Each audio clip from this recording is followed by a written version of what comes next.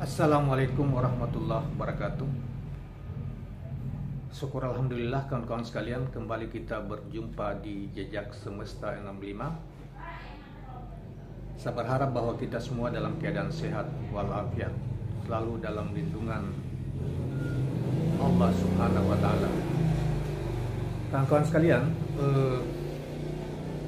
kali ini kita akan menampilkan satu berita yang kita ambil dari portal keuangan news ya, ID, portal keuangan news ID di Twitter hari ini tanggal 21 Februari 2023. Judul berita yang dimuat hari ini yaitu Jokowi perintahkan PNBP beri bantuan ke anaknya atasi banjir di Solo. Nah, kawan-kawan sekalian, baiklah kita membacakannya, kemudian nanti setelah itu kita memberi semacam ulasan atau tidak. Badan Nasional Penanggulangan Bencana memberi bantuan ke pemerintah Kota Solo dan pemerintah Kabupaten Sukoharjo yang terdampak banjir. Bantuan langsung diberikan oleh Kepala BNPB Suharyanto atas instruksi Presiden Joko Widodo. Jadi kawan-kawan sekalian, memang beberapa waktu terakhir ini rupanya ada cuaca ekstrim, terutama hujan di daerah Jawa Tengah ya, sehingga beberapa kabupaten di Jawa Tengah selain Sukoharjo dan Solo terutama, juga kemarin kita juga lihat di beberapa kabupaten yang kemudian Presiden juga datang ke sana karena ada longsor, meninjau daerah yang terdampak banjir dan bencana tersebut terutama Jawa Tengah, sehingga di Solo banjirnya sudah luar biasa juga, di Sukoharjo dan lain sebagainya. Nah, mungkin karena itu kemudian Presiden memerintahkan BPNPB supaya turut membantu mengatasi situasi yang terjadi di sana. Baiklah, kita lanjut. Kami di sini diperintah Bapak Presiden untuk turun ke Jawa Tengah, khususnya di kota Solo dan Sukoharjo yang beberapa hari lalu terjadi banjir cukup besar karena curah hujan tinggi, kata Ketua BPNPB Suharyanto. Suharyanto menjelaskan saat ini banjir sudah surut, namun pemerintah pusat tetap hadir untuk memberikan bantuan pada masyarakat berupa anggaran, dana siap pakai, logistik makanan siap konsumsi, dan perlengkapan lainnya seperti matras, selimut, pompa, hingga beberapa perahu, ujarnya.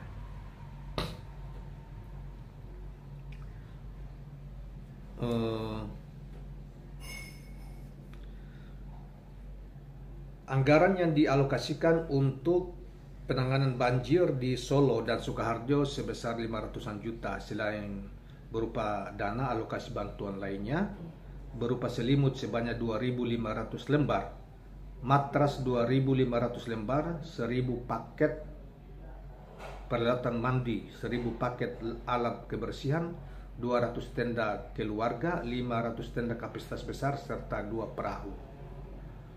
Nah, selain memberi bantuan, pemerintah juga memitigasi risiko-risiko yang lain. Hal ini mengingat dalam beberapa waktu ke depan cuaca ekstrim masih berlangsung. Bahkan pada tanggal 19 Februari 2023 hujan lebat diprediksi terjadi di Jawa Tengah. Makanya akan kita lakukan modifikasi cuaca, katanya. Namun rencana modifikasi cuaca tersebut harus menunggu penetapan status tanggap darurat dari Provinsi Jawa Tengah, sebab kewenangan atas status itu berada di Badan Meteorologi, Klimatologi, dan Geofisika BMKG Jawa Tengah. Kita tunggu dari BMKG, mudah-mudahan tanggal 19 Februari statusnya sudah bisa dikeluarkan. Adapun Pemkot Solo dan Kabupaten Sukoharjo telah menetapkan status tanggap darurat pada tanggal 16 hari ke depan, tapi mudah-mudahan selama 4 hari ke depan banjirnya sudah tertangani. Kemudian saudara sekalian, selanjutnya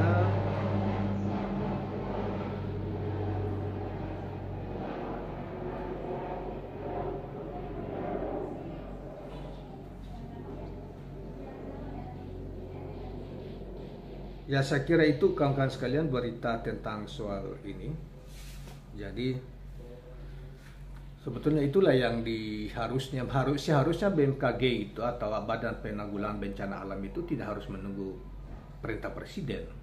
Memang tugasnya dia ketika terjadi bencana di suatu tempat, banjir atau longsor atau apalah namanya, gempa bumi, itu memang harus cepat bertindak, bergerak cepat. Jangan menunggu perintah presiden, salah itu ininya. Nah karena itu jangan lelet. Nah kalaupun terkait dengan yang ada yang mau dihubungkan dengan presiden, misalnya karena anaknya jadi wali kota Solo di sana, itu juga tidak benar dalam pengertian bahwa presiden harus memperlakukan semua tempat yang sama, sekalipun bukan di tempat anaknya yang terjadi memerintah terjadi bencana, banjir atau longsor atau apa. Misalnya gempa bumi di beberapa akhir tahun yang lalu, di akhir tahun yang lalu yang melanda Cianjur, juga harus cepat presiden memerintahkan. Atau di mana saja, banjir di mana saja di Sulawesi, misalnya di Makassar, di Sulawesi Selatan apa-apa.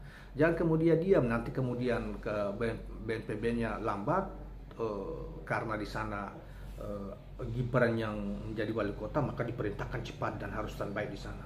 Tidak harus begitu. Itu namanya diskriminasi, ya. Dan BPN dia tidak harus menunggu Badan Penanggulangan Bencana Nasional itu, dia harus menunggu perintah presiden. Ketika terjadi bencana di mana, dia harus tanggap cepat untuk melakukan bantuan dengan bantuan untuk pertama kalinya, dan melakukan penanganan untuk pasca. Ini saya terus terang saja ya, pengalaman beberapa tempat di daerah saya juga waktu lalu ketika terjadi bencana gempa bumi. Kemudian pasca rekonstruksi pasca bencana juga lambat betul, mesti diajukan, dibujuk-bujuk ke pemerintah pusat di Badan Penanggulangan Bencana itu, macam-macam alasannya. Jadi itu memang ini sangat negeri kita ini, pemerintah kita ya, ini sulit, susah memang ini ya. Anggaran yang diajukan itu untuk penanganan bencana, untuk konstruksi pasca bencana, itu seakan harus merengek, ya, merengek kepada Badan Penanggulangan Bencana Alam itu. Belum lagi anggota DPR ikut bermain di dalam situ, ya, untuk belilah, mohon maaf, tanda petik gitu.